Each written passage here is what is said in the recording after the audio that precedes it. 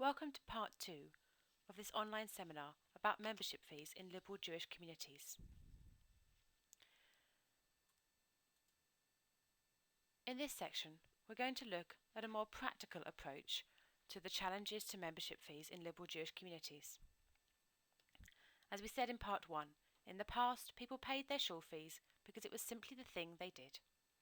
But increasingly, people don't see it as something they might want to do, and we need to change the way we think about synagogue fees, approach them and present them to our membership in order to ensure the future financial stability of our communities. In this section, we're going to look at fee structures, how we structure the membership fees in our community, and how this impacts on the way that people perceive them and the money that comes in to support our communities each year.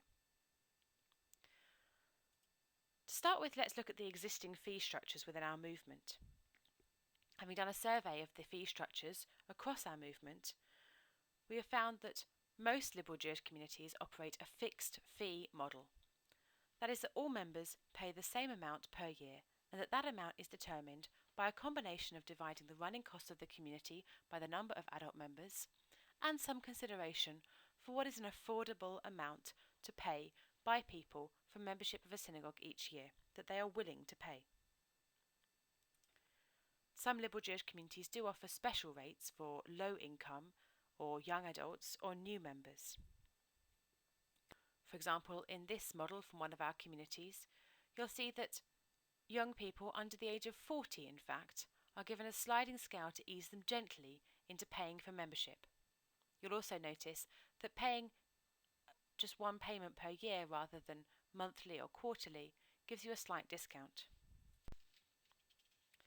Here you'll see that this community has a slight variation on the fixed fee model because it asks those who pay a higher tax rate to pay an additional payment to reflect the money that cannot be claimed back with gift aid. Most liberal Jewish communities will also negotiate reduced rates for those that cannot afford the full fees. And a few liberal Jewish communities charge extra for children. Here you will see a system whereby the reduced rate is fixed at £75 per year, and anybody who falls into the category of student or under 25 or unemployed can pay this amount rather than the full amount of £152 per year. This is a fixed reduction approach, whereas some communities will take requests for reduced rates on a case-by-case scenario and talk to each person and agree a price with them. You notice that this community also charges slightly extra for children to reflect the fact that they do use more of the services of the community if you are a family than if you are just a couple on your own. Many communities offer a slightly lower amount for a couple or a family than they would for an individual person. There is some concern about this, as it's not exactly egalitarian and it may in fact be against European legislation, and so some communities now, like this one, are moving towards a situation where a family membership for two people, for a couple and maybe their children too, is exactly equal to double that of a full single member.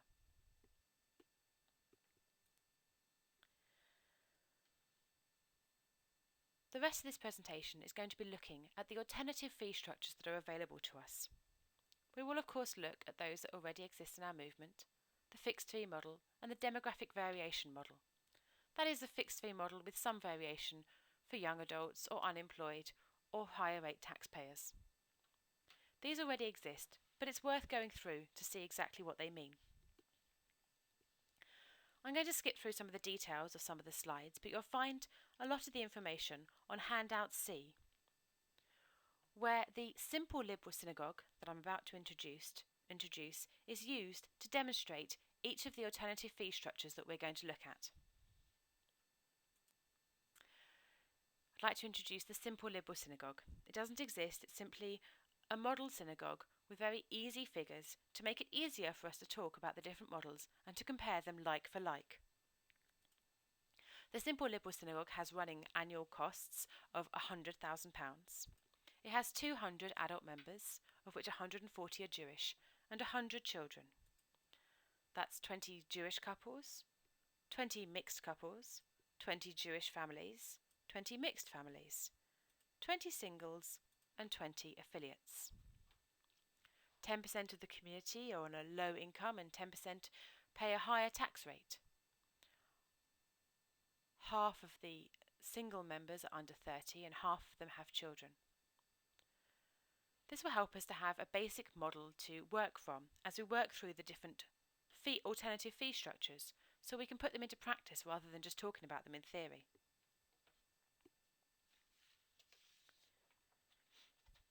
If we apply, for example, the fixed fee model to the simple liberal synagogue, the one that operates in most of our communities, we divide the running costs of £100,000 by 200 adults and find that each person needs to contribute approximately £500 per year.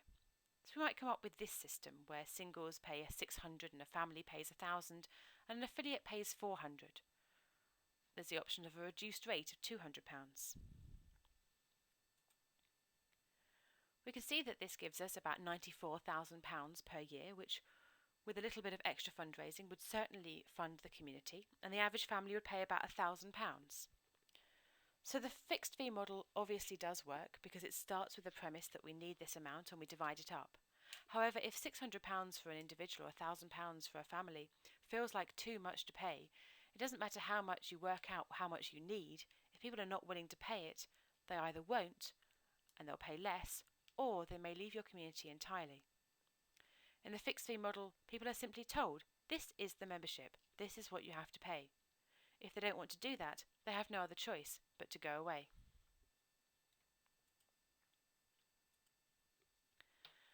The demographic variation model offers a little bit of variation and flexibility for members, so they can find themselves in one of the alternative categories if they don't think they fit into the mainstream average payer.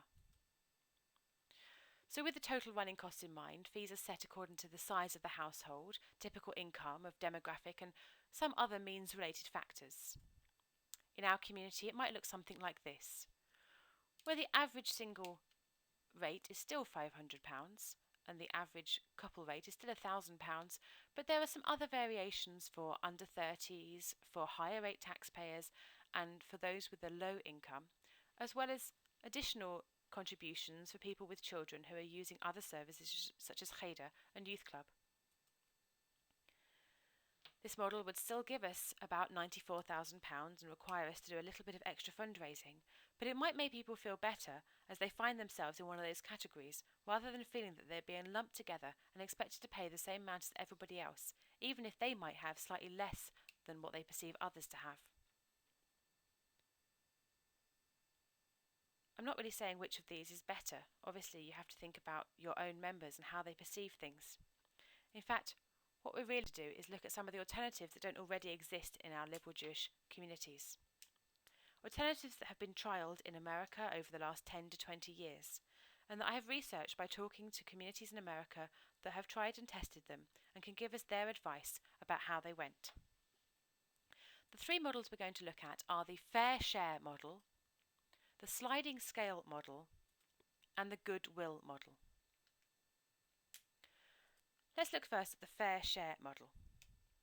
In this model, members are asked to contribute a fixed percentage of their household income. This is usually set at between 1 and 3% of one's gross annual income. A lot lower, you'll note, than the typical church or mosque tithes of 10%. But perhaps if you work out what percentage of your income your synagogue fees are, a lot higher than what we're currently paying.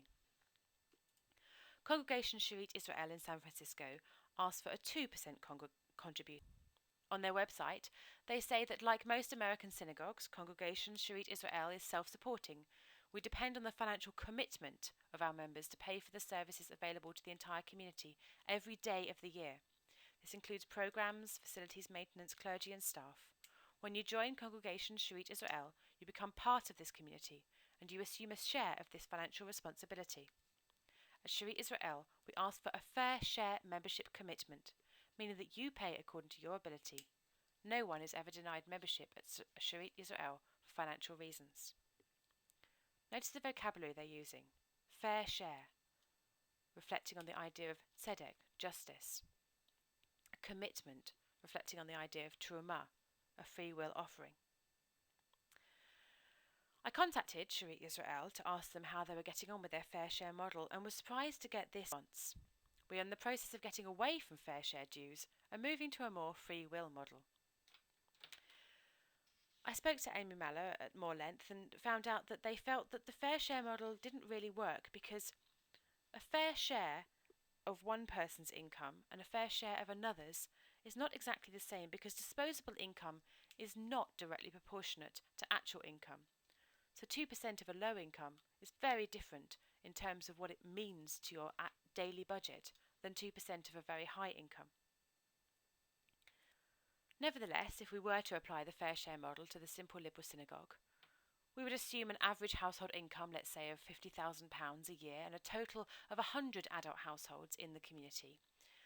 This would mean that each household would need to contribute approximately 1.7% of their household income, which obviously equates again to £500.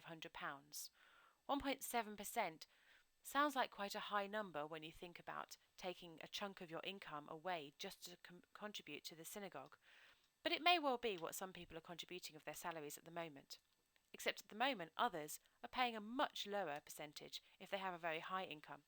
In this model, of course, everybody is paying the same percentage and just paying more if they earn more money and less if they earn less. In your membership information, you wouldn't have to give figures. You would just say that all members are asked to make a donation equivalent to 1.7% of their household income. And working this out with the demographics of the simple liberal synagogue, it actually brings in slightly more than the fixed fee and the demographic variation models, simply because those on a very high income are paying much higher than in the demographic variation model, where they were simply paying a little bit extra as higher rate taxpayers. Now some of them that are on very high incomes are paying proportionately very high membership fees. So we do slightly better off, and to some degree everybody gets to choose how much to give. The problem, of course, with this model is that people have to tell you in their membership form exactly how much they earn, because by telling you what 1.7% of their household income is, they're divulging their annual income. And most people, particularly in England compared to America, will not be prepared to do this. The fair share model doesn't seem to be working very well at Sharit Israel, and I'm not sure that it would work so well for our liberal Jewish communities either. Next, we look at the sliding scale model. In the sliding scale model, members are asked to select a fee level according to their annual income and other factors, including age and receipt of benefits, from a range of fixed options. This avoids them having to divulge their exact salary, but requires them to choose and to put themselves into a category and to choose a level of donation that they feel is right for them according to their personal circumstances. Well, B'nai Jeshurun, or BJ's in New York, has operated a sliding scale model for a few years, after moving over from a fair share model that ran for over a decade before that. On their website, they talk about it being part of their obligation to create a Kehillah Kedoshah, a holy community. We each must assume the responsibility of meeting the financial requirements of our synagogue. The sliding scale dues system allows members to pay their dues based on their household income. You are not asked to disclose your income, but only to accept those dues which are justly applicable to you. No financial documents are required. Rather, we ask that each member pledge as honestly and as accurately as possible. All financial information is treated confidentially, and no adjustments will be made due to membership in other synagogues. Again, we find vocabulary that relates to the idea of tzedek, justice, and terumah, a free will offering. If we look at their website, we'll see that the categories relate on the left to household income, but there are also categories for young adults that ease them gently into paying synagogue fees. That rates for a family are not that much higher than rates for an individual, and that you might be surprised to see that the top rates for an individual are nearly $5,000. Obviously, BJ's works on a slightly different scale to most of our communities, and in America the Jewish communities tend to offer a lot more of a holistic level of service to Jews who may go there for many other things that they wouldn't come to our communities for. So it's hardly surprising that they pay a bit more. But without being blinded by the figures, we can see that this kind of model would work quite well in a liberal Jewish community. I actually spoke to Belinda Lasky, who's the Assistant Executive Director and Director of Membership at B'nai Jeshurun, on the telephone at length about this model. She didn't want to write too much about it because she felt like they were still in a process of transition and wanted to talk to me in person. It was a very interesting conversation, and I've written it up into something of an article, which can be found on the next 3 pages of this presentation, but could also be found in handout D so that you can read it at your leisure. To summarise some of the things that Belinda said, she told me the history of how they had moved from a fixed fee model to a fair share model 20 years ago because they felt it was a better way of creating a fair system for their members, but that as the economic crisis hit in 2011 and people were no longer feeling able to contribute such a percentage of their salary that was stretched with rising living costs, they decided that they would have to ditch the fair share model and move to a sliding scale model that better reflected how income relates to disposable income and how income relates to the amount that you have available and are willing to give towards a synagogue community. So they created 12 levels of membership fees, and they have actually frozen most of these for the last few years as people have struggled with the economic situation. And they believe that they've created a system that they can talk about in terms of valuing Jewish community and wanting to be committed to this in a spiritual, emotional, and socially committed way. And Belinda ultimately said that she does recommend this model, that she does think it's a good model to other communities if they share the value that they want to ensure that everybody can be part of the community regardless of their income. If that's a value they share, then she thinks this is a great model to use, but she warns that it's a difficult model to introduce. It takes a lot of research and consultation with members as you move over from a fixed fee towards this sliding scale model.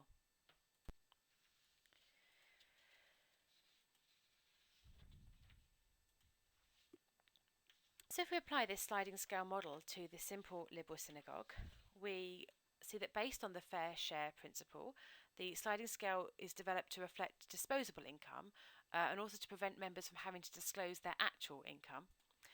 And so we might create a system whereby people were asked to pay what works out to an average of £1,000 per household, but with variation that takes it slightly lower if you have a lower but average income, much lower if you have a very low income, because obviously that reflects that you have a very low disposable income, and quite considerably higher for an above average income, and really a lot higher for a very high income.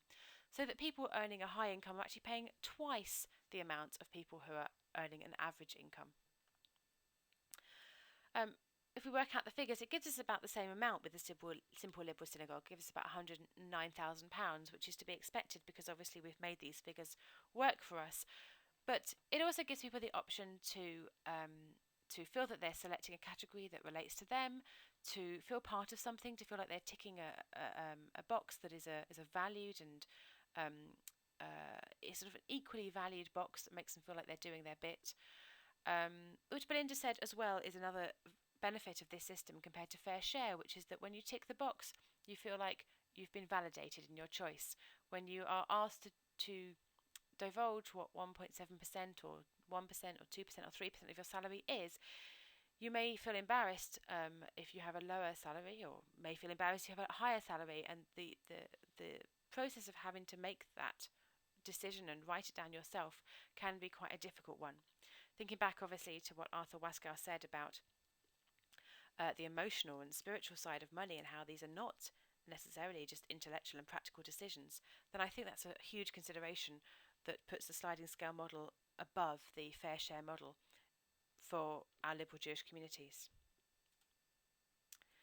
Well, as Amy Miller said from Shri Israel, they're moving over to a free will model, and this is the most recent model really that's been tried in America. In the free will model, which is obviously based on the idea of Terumah that we looked at in part 1, members are given guidelines but then asked to decide for themselves how much to pledge and then make that as a donation to the community.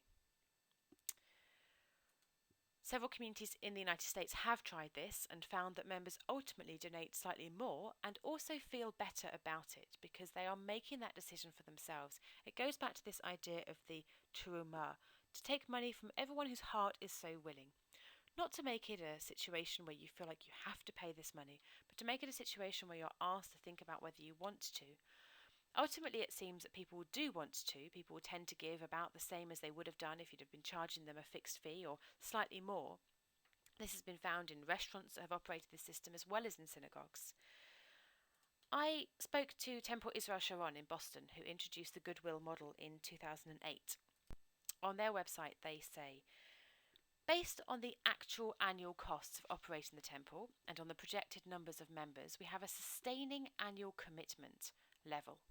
If each household were to pay the sustaining level, the synagogue would meet its budgetary obligations. So that for us in the simple liberal synagogue is the £500 that we worked out. This year that figure is $3,000 for 2 adult households, slightly higher than the simple liberal synagogue, and $2,175 for 1 adult household. For some, the sustaining level might be beyond their means. For others, it may be a starting point. That's the beauty of the voluntary commitment. Each of us chooses an amount that represents our personal financial capacity. And I would say also how much we value the Jewish community. I spoke to Benjamin Moron, who is the executive director of Temple Israel Sharon in Boston, and he very kindly offered to make a video in which he would talk about their experiences of introducing this model, how they went about it in terms of consultation and the process, and how it has worked out for them financially, but also in terms of the way that the community have perceived it. If you want to watch this video, you'll find a link to it in the original page that led to this presentation. I really recommend it. It's only about 5 minutes long, and Benjamin speaks very passionately and clearly about this model. Essentially, it has worked very well for them. It has meant that they have had, for the most part, enough money coming in, and that their members have completely changed the way they feel about the money they pay towards the community. So what would the Goodwill model look like at the simple liberal synagogue?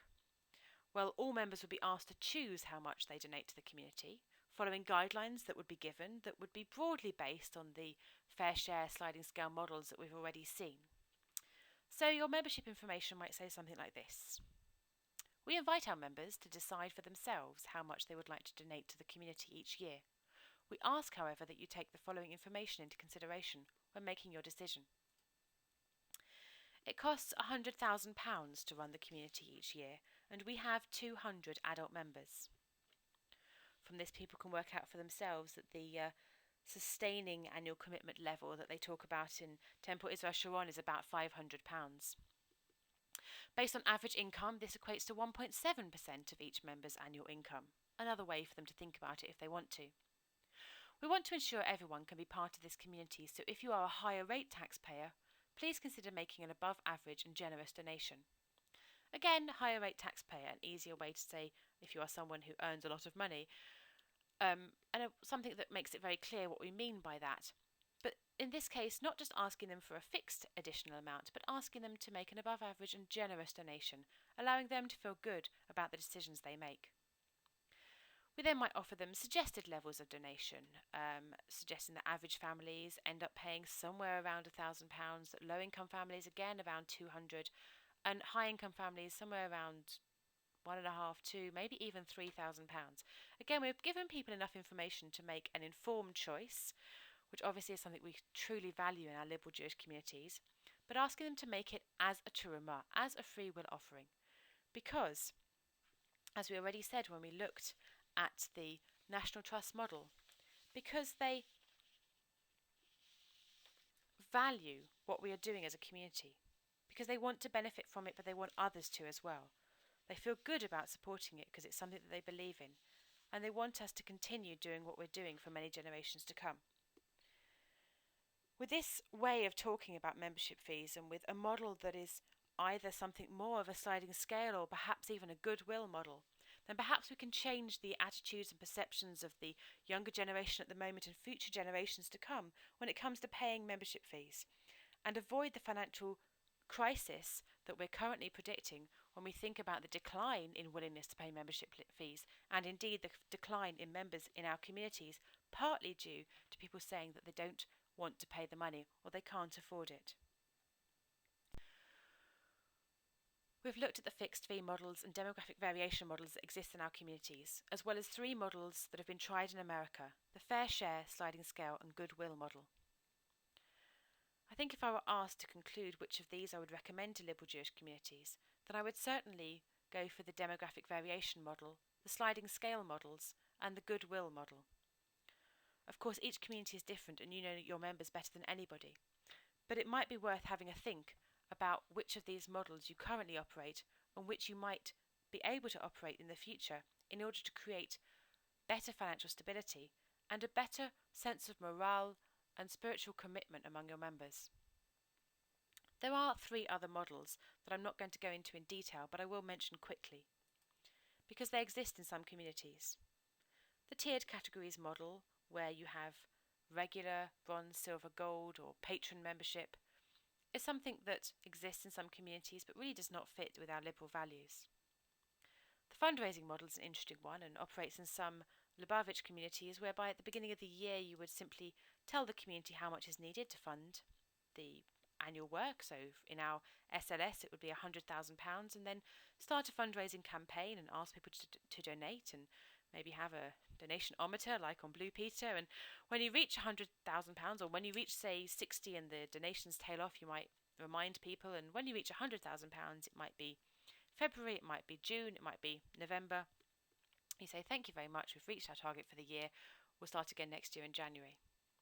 An interesting model, one that fits in with the ethics and values that we talked about in terms of liberal Jewish communities and membership fees, but perhaps in practice quite a risky and difficult one to move over to, because it is so different from what people expect.